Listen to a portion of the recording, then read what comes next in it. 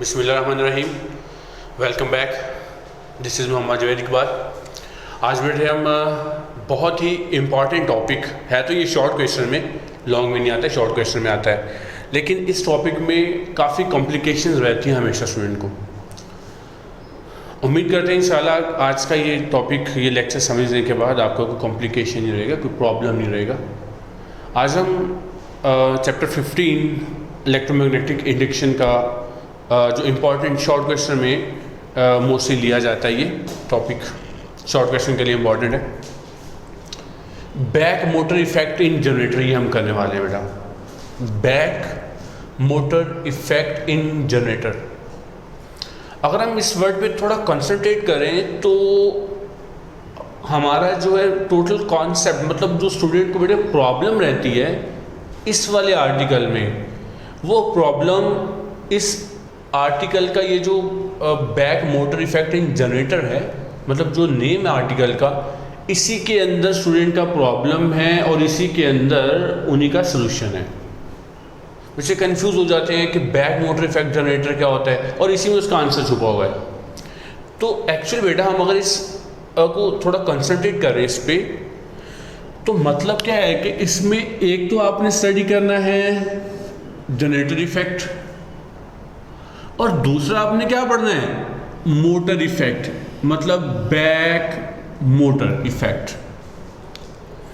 अब अगर आपको याद हो चैप्टर 15 का जो first lecture, introduction to electromagnetic induction, और साथ में फर्स्ट आर्टिकल भी हमने किया था, उसमें मैंने एक चीज़ बड़ी क्लियर वर्ड में आपको बताई थी कि हमने इलेक्ट्रोमैग्नेटिक इंडक्शन में पढ़ना क्या है, हमारा थीम क्या है इसको पढ़ने का। आपने इलेक्ट्रोमैग्नेटिज्म पढ़ा, उसका क्या थीम था, इलेक्ट्रोमैग्नेटिक इंडक्शन का क्या है। इसलिए बेटा मैं हमेशा बोलता हूँ कि किसी भी चैप्टर का जो फर्स्ट लेक्चर होता है मेरा, वो बड़ा इंपॉर्टेंट लेक्चर होता है, क्योंकि उसमें मैंने पूरे चैप्टर का ओवरव्यू आपको बता देना होता है कि उसमें एक्चुअली हम क्या पढ़ने जा रहे हैं, क्यों पढ़ने जा रहे हैं, और जो बेसिक चीज़ें वो आपको पहले लेक्चर में ही बता दी जाती हैं, ताकि आपको थ्रू आउट द चैप्टर कुछ प्रॉब्लम नहीं रहे। तो जिस तरह मैंने चैप्टर 14 का जो फर्स्ट लेक्चर था उसमें सारे फैक्टर जो बताए थे, अब देखो वो अभी तक चैप्टर 15 में बेटा वो यूज़ हो रहे हैं। इस तरह चैप्टर 15 का जो फर्स्ट लेक्चर था वो भी बड़ा इंपॉर्टेंट था, और वही चीज़ें अभी यूज़ भी हो रही हैं। अब यहाँ पर जब मैं इसको एक्सप्लेन करूँगा तो फर्दर आपको क्लियर हो जाएगा कि जो फर्स्ट लेक्चर वो कितना इंपॉर्टेंट होता है, स्पेशली जो मैं डिलीवर कर रहा होता हूँ हर चैप्टर का फर्स्ट लेक्चर। अब देखो ये जनरेटर है, हमने मतलब यहाँ पे हमने एक तो जनरेटर इफेक्ट देखना है, और आपको याद होगा मैंने फर्स्ट लेक्चर में बताया था कि जनरेटर मतलब ये जो इलेक्ट्रोमैग्नेटिक इंडक्शन है उसकी मैंने एग्जांपल दी थी आपको। उस लेक्चर को निकालिए, उसको दोबारा ज़रा सुनिए। उसमें मैंने आपको क्या बताया था कि जो इलेक्ट्रोमैग्नेटिक इंडक्शन है उसका एग्जाम्पल मैंने बताया था कि जनरेटर्स के मतलब हम क्या करते हैं, इसमें हम मैकेनिकल एनर्जी को कन्वर्ट करना होता है इलेक्ट्रिकल एनर्जी में। ठीक हो गया। अब जो मोटर था, मोटर का मैंने आपको एग्जांपल दिया था कि ये आपने इलेक्ट्रोमैग्नेटिज्म में स्टडी किया। इलेक्ट्रोमैग्नेटिज्म में हम मोटर उसके बेस्ट एग्जांपल है। उसमें हम क्या पढ़ते हैं, जो इलेक्ट्रोमैग्नेटिज्म है उसमें हम इलेक्ट्रिक एनर्जी प्रोवाइड करते हैं और किस में कन्वर्ट करते हैं, उसको मैकेनिकल एनर्जी में कन्वर्ट करते हैं।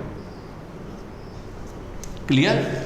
तो यही बेटा बच्चों का प्रॉब्लम है इस टॉपिक का, और ये मैंने उसका सलूशन लिख दिया। मतलब आपने इस एक टॉपिक में बेटा ये दो चीज़ें स्टडी करनी है, इलेक्ट्रोमैग्नेटिक इंडक्शन को, और उसी वक्त ही पहले आप इलेक्ट्रोमैग्नेटिक इंडक्शन को स्टडी करोगे बेटा इसमें, और उसी के अंदर, उसी के फौरन बाद आपने क्या पढ़ना है, इलेक्ट्रोमैग्नेटिज्म। तो जब आप इन दो चैप्टर्स को, दो आर्टिकल्स को एक साथ स्टडी करोगे तो आपका बेटा ये वाला कॉन्सेप्ट 100% क्लियर हो जाएगा। क्योंकि देखो इसका नाम क्या शो कर रहा है, मोटर। मोटर किस में पढ़ते हो, इलेक्ट्रोमैग्नेटिज्म। मैंने एग्जांपल बताया आपको उसका। क्योंकि मोटर देखो, जब घर में मोटर आप चलाते हो क्या करते हो, उसको आप उसको इलेक्ट्रिक एनर्जी देते हो तो वो आपको पानी उठा के ऊपर ला के देता है, मतलब वो मैकेनिकल वर्क कर रहा है। तो जब आप किसी भी इलेक्ट्रिकल एनर्जी को मैग्नेटिक फील्ड की मौजूदगी में प्रोवाइड करते हो तो वो क्या होता है, वो इलेक्ट्रोमैग्नेटिज्म होता है। ओके, क्योंकि जब किसी भी कॉइल में करंट गुजरेगा तो ऐसा मैग्नेट बिहेव करेगा। तो अब हमने बेटा इनको अलग अलग स्टडी करना है, फिर हम इनके कंबाइंड इफेक्ट देखेंगे तो हमारा ये आर्टिकल कंप्लीट हो जाएगा। सबसे पहले हम चलते हैं जनरेटर की तरफ। तो देखो जनरेटर में क्या था कि मैकेनिकल एनर्जी को आपने किस में कन्वर्ट करना है, इलेक्ट्रिकल एनर्जी में। ओके, तो उसके लिए हम चलते हैं, ये जो जनरेटर बेटा हमने लिया हुआ है, देखो ये वाला जो अभी हमने स्टडी किया है, मतलब जो कल स्टडी किया था।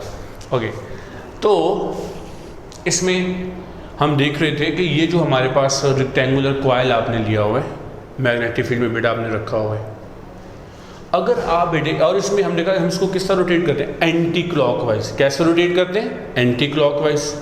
एक्चुअली इसको बेटा जब आपने रोटेट करना ना एंटी क्लॉकवाइज, क्या होगा इससे, मैं इसका थीम समझा रहा हूँ आर्टिकल का, कि ये जो जनरेटर होता है इसमें आप क्या करते हो, इसमें इस रेक्टेंगुलर कॉइल को आप anti clockwise mechanical energy provide करते हो।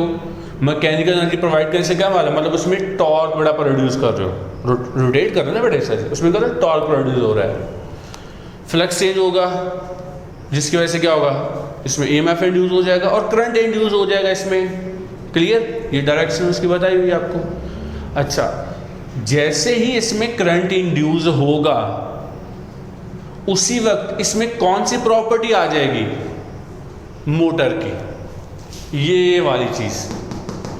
ठीक है, पहले ही क्या था, एज ए जनरेटर जब करंट इंड्यूस हो गया ना बेटा, तो वो जो करंट इंड्यूस हुआ है वो क्या करेगा, वो करंट, अब हमने ये चीज आ जानी है, ये चीज क्या है कि जब एक रेक्टेंगुलर कॉइल में करंट फ्लो हो रहा है और वो मैग्नेटिक फील्ड में क्या कर रहा है, मूव कर रहा है, तो उस पर क्या होता है बेटा, एक टॉर्क एक्ट होता है। याद है, ये आपने टॉर्क पढ़ा हुआ है चैप्टर 14 में आर्टिकल, उसको जरा रिकॉल करिए कि एक आपको रेक्टेंगुलर कॉइल, उसमें करंट फ्लो हो रहा है, मैग्नेटिक फील्ड में मूव करोगे तो उस पर टॉर्क एक्ट होगा। तो यही बेटा वो चीज़ें हैं। अब देखो इसकी वजह से जो टॉर्क प्रोड्यूस हो रहा है ना, लेंज लॉ क्या कहता है कि ये एक एक्शन हुआ, तो इस एक्शन का क्या होगा, रिएक्शन होगा। मतलब ये वाला टॉर्क जिस वजह से प्रोड्यूस हुआ है, ये क्या करेगा, ये अपना अपोज लेके आएगा, जो उसको अपोज करेगा। और वो अपोज कौन करेगा, वो अपोज करेगा जब एज अ मोटर ये एक्ट करेगा। देखो ये बेटा जनरेटर की वजह से प्रोड्यूस हुआ कौन से वाला, एक एंटी क्लॉकवाइज टॉर्क। अब उसको कौन अपोज करेगा, क्लॉकवाइज टॉर्क, जिसे हम क्या बोलेंगे, बैक EMF या बैक मोटर इफेक्ट। ये इसको क्या करेगा, अपोज करेगा। ये बेटा हमने समझना था यहाँ पे। ओके, तो हम इस पे आते हैं। ये वाला जो हमारा है कि एज ए जनरेटर, पहले इसको समझते हैं, उसके बाद मैं मोटर पे लेके जाता हूँ आप लोगों को। देखिए इसमें बेटा यहाँ से करंट इस तरह फ्लो हो रहा है, यहाँ से करंट ये ऐसे जा रहा है, हम इसको एंटी क्लॉकवाइज रोटेट कर रहे हैं। अगर हम इसका टॉप व्यू लें, क्या करना है बेटा, टॉप व्यू। टॉप व्यू देखिए इसको कि ये आप मतलब ये ऐसे बेटा कॉइल था, रेक्टेंगुलर कॉइल, हमने क्या लेना है इसका टॉप व्यू। टॉप व्यू से बेटा ये चीज़ को देखना है, ये देखो। अब आप क्या कर रहे हो, इसका टॉप व्यू ले रहे हो। Clear, okay. जब टॉप व्यू लोगे, यहाँ से करंट क्या जा रहा है, ऐसा नीचे की तरफ। इसका मतलब है अगर बेटा ये साइड A है, ये B, C और D, ठीक है, आप इसका टॉप व्यू ले रहे हो। यहाँ से करंट बेटा इस तरफ जा रहा है। जब ये करंट टॉप व्यू आप देखो, यहाँ से करंट क्या जा रहा है, इस तरफ। आप इसका टॉप व्यू ले रहे हो, ठीक है, ये वाली साइड। करंट इस तरफ जा रहा है, मतलब करंट आपसे दूर जा रहा है। क्लियर, ये वाली साइड देखो, यहाँ पे करंट क्या है, यहाँ से मतलब D से C की तरफ, यहाँ से ये करंट ये जा रहा है। ऐसे ही है, टॉप व्यू देखो ऐसे लगना बेटा, यहाँ से करंट इधर जा रहा है आपसे दूर, और यहाँ से करंट किधर आ रहा है, आपकी तरफ। क्लियर, इसको अब मैं यहाँ पे ड्रॉ करने जा रहा हूँ। ओके, ये आपने टॉप व्यू लिया इसका, तो हमारे पास ये चीज़ आ गई। हमने क्या देखा यहाँ से कि जो ये वाली साइड थी, इस साइड से जो करंट है उसकी क्या डायरेक्शन है, आपसे दूर जा रहा है, जब आपसे दूर जाएगा तो उसमें क्या आएगा, क्रॉस। दूसरे एंड से हमने लिखा कि करंट क्या है, आप लोगों की तरफ है, उसमें क्या आ जाएगा, डॉट। क्लियर? ओके, अब ये क्या है, ये जैसे आपने एक्सटर्नल मैग्नेट रखा हुआ है, मैग्नेटिक फील्ड है। क्लियर? ये देखो यहां से ये नॉर्थ से साउथ। क्लियर? ओके, अब हम देखते हैं इस पे फोर्स किस डायरेक्शन में लगेगा। ओके, उसके लिए हम क्या करते हैं, सिंपल हम इसमें राइट हैंड रूल जो है वो अप्लाई करते हैं। ओके, उसमें क्या होगा, राइट हैंड रूल अगर हम अप्लाई करेंगे तो इसमें हम देख लेते हैं कि magnetic field, right hand palm rule हम लिखते हैं। ये मैग्नेटिक फील्ड ऑफ लाइन को शो कर रही है फिंगर्स आपकी। ओके, उसके बाद क्रॉस किसको शो कर रहा है, क्रॉस शो कर रहा है हमारे पास करंट की डायरेक्शन को। ठीक हो गया? इसका मतलब ये हुआ कि मैग्नेटिक फील्ड ऑफ लाइन ये है, क्रॉस ये करंट के आपसे दूर है तो ये ऐसे होगा, क्योंकि ये आपकी तरफ शो कर रहा है, ये आपसे दूर ऐसे। मैग्नेटिक फील्ड ऑफ लाइन बेटा ये होगी, ये क्या शो कर रहा है, करंट जो आपसे दूर जा रहा था, ये फोर्स कहाँ पे लगेगी, डाउनवर्ड। कहाँ पे लगेगी, डाउनवर्ड। ओके, तो यहाँ पे बेटे फोर्स आ गई इस तरफ F2। क्लियर? अब इस साइड पे क्या फोर्स आएगी वो हम देखते हैं। मैग्नेटिक फील्ड ऑफ लाइन क्या है, इस तरफ ये magnetic field of line, current आपकी तरफ, ये आपकी तरफ आ गया करंट, ये magnetic field of line. Force क्या है, अपवर्ड। इसका मतलब है यहाँ पे फोर्स जो F1 है वो अपवर्ड है, यहाँ पे डाउनवर्ड है, जिसकी वजह से क्या हो जाएगा, इसमें एंटी क्लॉकवाइज जो है वो टॉर्क प्रोड्यूस होगा। इसका मतलब है बेटा जब ये रोटेट करेगा तो इसमें मोशनल EMF इंड्यूस होगा, VBL। क्लियर? मोशनल EMF ये प्रोड्यूस हो गया इसके अंदर। मैं थोड़ा फिर से समझा दूँ। ये देखो, ये आपने देखा, ये कॉइल है, मतलब ऐसे था, नॉर्मल देख रहे हो तो ये कॉइल ऐसे है, टॉप व्यू लोगे तो ऐसे है। अच्छा, इसको अब मैं ऐसे कर रहा हूँ, ये फोर्स उसने क्या है, डाउनवर्ड, ये फोर्स क्या है, अपवर्ड। तो लगाओ ज़रा इसको, ये देखो, ये डाउनवर्ड और ये अपवर्ड, ये हो गया। क्लियर? ठीक है? अगर एंटी क्लॉकवाइज रोटेशन प्रोड्यूस किया, यहाँ पे देखोगे तो देखो ये डाउनवर्ड, ये आपको एंटी क्लॉकवाइज आ गया। ठीक हो गया? जब उधर से देखोगे तो आपको डायरेक्शन थोड़ा ऑपोजिट लगेगी। क्लियर? तो इसमें क्या होगा, एंटी क्लॉकवाइज रोटेशन आएगा, जिसकी वजह से हम क्या देखेंगे इसमें कि इसमें टॉर्क आ गया। क्लियर हो गया? और वो ये चीज़ प्रोड्यूस हुई। अब इसके रोटेशन की वजह से बेटा इसमें क्या फ्लो होना शुरू हो गया, करंट। अच्छा, जब आपने क्या पढ़ा है कि जब किसी कॉइल में करंट फ्लो होता है और वो मैग्नेटिक फील्ड में हो, तो ये आपने किस में स्टडी किया है, ये आपने स्टडी किया है इलेक्ट्रोमैग्नेटिज्म में, कि जब किसी कॉइल में देखो इसमें करंट फ्लो होना शुरू हो गया, अब इसी के अंदर करंट फ्लो शुरू हो रहा है और ये मैग्नेटिक फील्ड में भी है, तो इसमें कौन सा फिनोमिना आएगा, इलेक्ट्रोमैग्नेटिज्म का फिनोमिना भी आएगा, जो क्या करेगा बेटा, इस वाले टॉर्क को अपोज करेगा। उसी को तो बैक मोटर बोलते हैं। मतलब ये एक्शन हुआ, अब क्या होगा, रिएक्शन। तो अब हम देखते हैं बेटा कि इसी को आपको याद होगा, अपने जो टॉर्क वाला आर्टिकल मैंने करवाया था चैप्टर 14 का, उसको रिकॉल करिए, देखिए उसमें भी हम क्या करते हैं, टॉर्क वाला आर्टिकल जो आपने पढ़ा था, हम उसमें ये रेक्टेंगुलर कॉइल था, मैग्नेटिक फील्ड के अंदर आपने रखा हुआ था, ये ऐसे ही था उसमें। सुनिएगा, ये जूम करें, इसको थोड़ी देर के लिए छोड़ दें कि ये चीज़ नहीं है, हम इसको यहाँ तक ले लें। यहाँ पे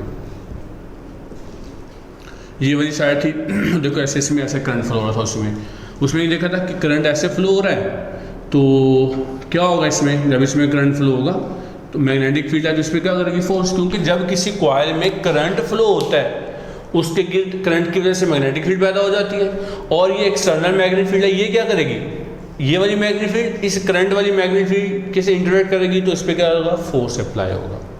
तो जिस वजह से हम देखा था ये क्या होगा, ये हमारे पास बेटा क्लॉकवाइज रोटेट करेगा, ये एंटी क्लॉकवाइज रोटेट करेगा, और ये क्या करेगा, क्लॉकवाइज रोटेट करेगा। तो इसको हम देख लेते हैं, अब यहाँ पे हम फोर्स बनाते हैं। देखो इसी तरह हम यहाँ पर भी ले लेते हैं, ये वाली कॉइल बेटा आपने ली थी, अब हम क्या देख रहे हैं, जब करंट फ्लो हो रहा है, मतलब ये करंट फ्लो शुरू हुआ, इसके बाद वाला फिनोमेना देख रहे हैं हम, जिसे हम बैक मोटर इफेक्ट कहते हैं, क्योंकि अभी ऐसा मोटर वर्क कर रही है, इसमें करंट फ्लो हो रहा है और करंट की वजह से मैग्नेटिक फील्ड है और एक्सटर्नल मैग्नेटिक फील्ड में रखा हुआ है। अब यहाँ पे देखिए बेटा, हम इसका भी जब टॉप व्यू लेंगे इस चीज़ का, तो हमारे पास ये करंट हमें क्या दिखेगा, अपोजिट डायरेक्शन में जाता हुआ, यहाँ पे क्या दिखेगा, हमारी तरफ आता हुआ। ठीक हो गया। इसमें बेटा हम क्या देखेंगे कि अगर हम डायरेक्शन देखेंगे फोर्स की, तो हमारे पास ये क्या है, मैग्नेटिक फील्ड ऑफ लाइन क्या है बेटा, ये जा रही है, और करंट क्या था इस तरफ बेटा, तो ये आपने देखा था कि उसमें लाइक दिस ये और ये फोर्स आ गई, तो इसमें भी क्या होगा बेटा, टॉर्क प्रोड्यूस हो जाता है। अब क्या होगा कि ये वाला जो टॉर्क है, इस टॉर्क को क्या करेगा बेटे, अपोज करेगा। ठीक है, ये वाला टॉर्क इस टॉर्क को अपोज कर देगा। फ़र्क क्या है, फ़र्क बेटे ये है, एक चीज़ आपने इसमें बेटा याद रखनी है, अगर ये क्लॉकवाइज है तो ये एंटी क्लॉकवाइज हो जाएगा, अगर ये अपना एंटी क्लॉकवाइज है तो ये किधर हो जाएगा, क्लॉकवाइज हो जाएगा। ठीक है, क्योंकि ये हमेशा उसके ऑपोजिट आना है। तो ये मैंने आपको एक सिनेरियो सिंपल सा बताया कि अगर ऐसे करंट फ्लो हो रहा है मतलब कॉइल में, तो इस तरह का फिनोमेना हो जाएगा। इससे परेशान नहीं होना कि अगर बेटा ये क्लॉकवाइज है तो इसमें क्या होना है, एंटी क्लॉकवाइज, क्योंकि इसने ऑपोजिट आना, रेजिस्ट करना है उसको। ओके, तो ये टॉर्क है, ये क्या होगा बेटा उसका एंटी टॉर्क, ये क्या होगा बैक मोटर इफेक्ट। अब यही दो चीज़ें बेटा हम क्या करने जा रहे हैं, इनको हम कंबाइन करने जा रहे हैं। ये एंटी क्लॉकवाइज टॉर्क है, ये क्लॉकवाइज टॉर्क है, जो back motor effect as a motor act कर रही है। अब बेटा जब हम इन दोनों को एक साथ स्टडी करेंगे तो हमारे पास वो क्या बन जाएगा, इस जनरेटर के अंदर जो back motor effect in generator है। ठीक है, ये कंबाइन करेंगे बेटा ये चीज़ आ जाएगी हमारे पास। अब हम देखते हैं ये होगा क्योंकि इसको अपोज करेगा। अब हम देखते हैं कि ये वर्क कैसे करता है, वर्किंग पे चलते हैं बेटा। वर्किंग में हम केस 1 पे अगर देखें तो मतलब शुरू में जैसा कि ये आपके पास क्या था, ये आपके पास है जनरेटर। ओके,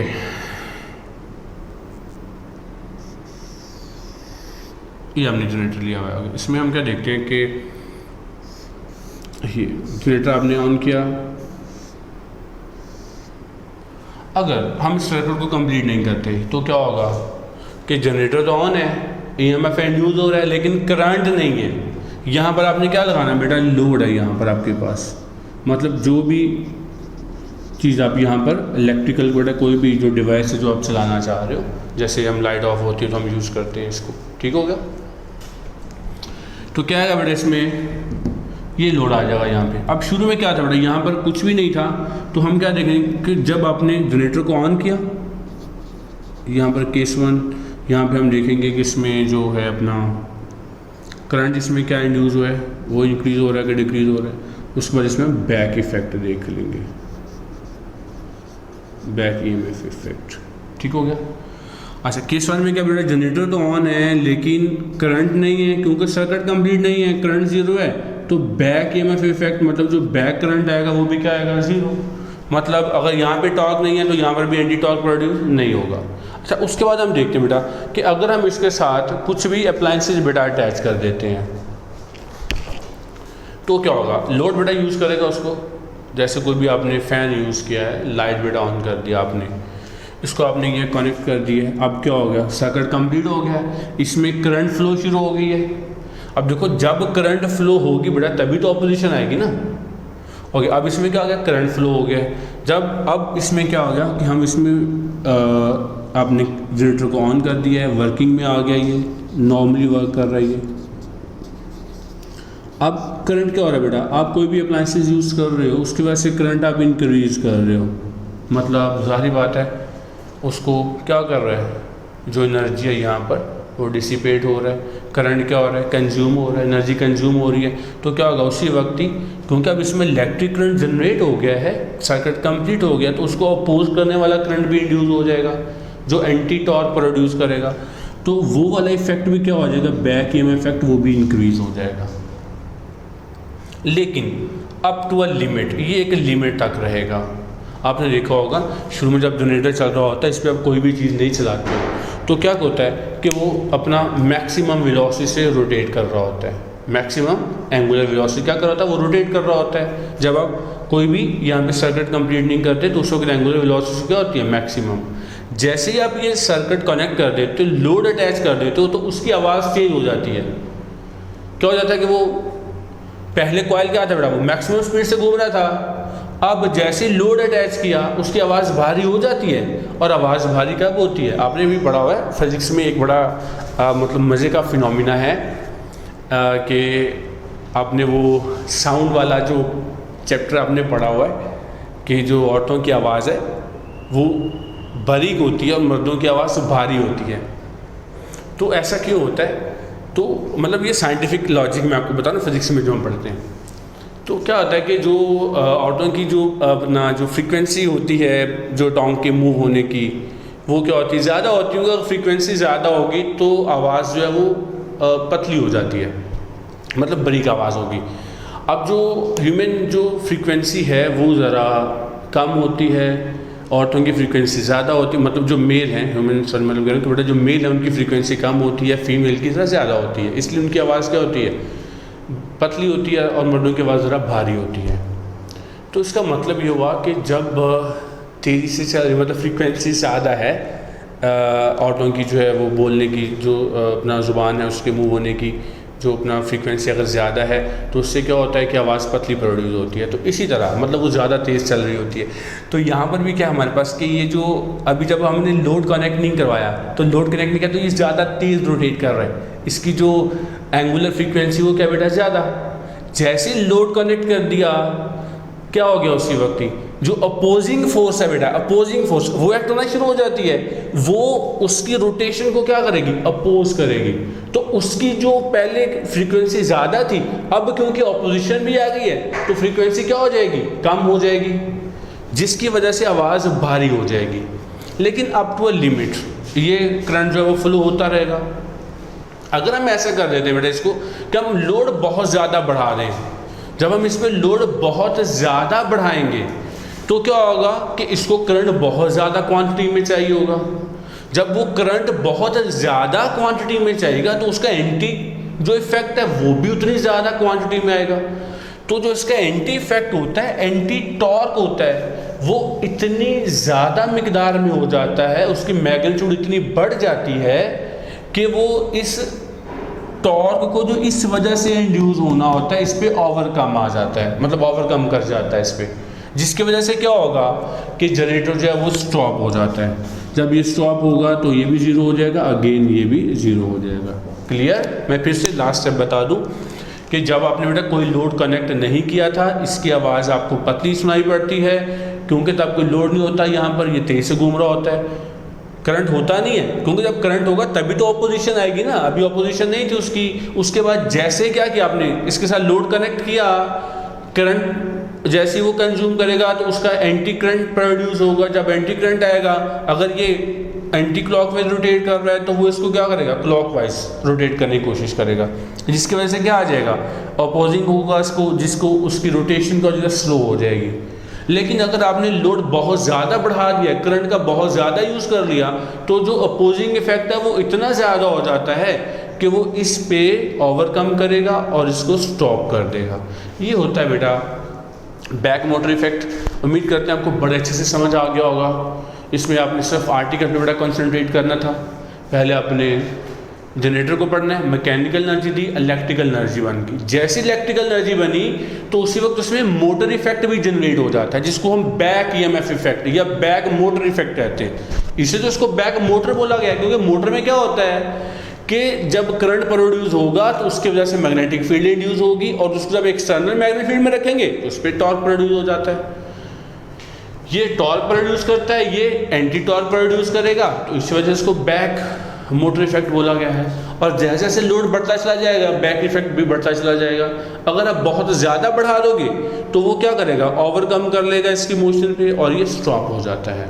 उम्मीद करते हैं बेटा आपको ये बहुत अच्छे से समझ आ गया होगा। इसमें जो है क्लोज सर्किट के लिए या ओपन सर्किट के लिए बैक ईएमएफ इफेक्ट बेटा आपको मैंने बड़े अच्छे से एक्सप्लेन कर दिया। अब आपके दो ही टॉपिक रह गए। एक तो आपने डीसी मोटर जो है वो इंशाल्लाह मैं नेक्स्ट लेक्चर में कोशिश करूँगा उसके फैक्ट भी साथ ही एक्सप्लेन कर दूँ, क्योंकि अब आपके कॉन्सेप्ट बन गया, कि माइंड बन गया कि जो है लेंस लॉ जो है वो एप्लीकेबल है, इसकी बहुत सिग्निफिकेंस है। जहाँ पर भी जो करंट है तो उसको अपोज करने वाला करंट भी उसी वक्त वहाँ पे प्रोड्यूस होता है। और इसी के साथ जो लास्ट आर्टिकल है, जो लॉन्ग आर्टिकल है ट्रांसफार्मर, वो भी मैं कोशिश करूँगा बेटे कि वो एक ही आर्टिकल में कंप्लीट करवा दूँ आपको, ताकि ज़्यादा एक्सटेंशन नहीं चले लेक्चर्स में। अल्लाह हाफिज़।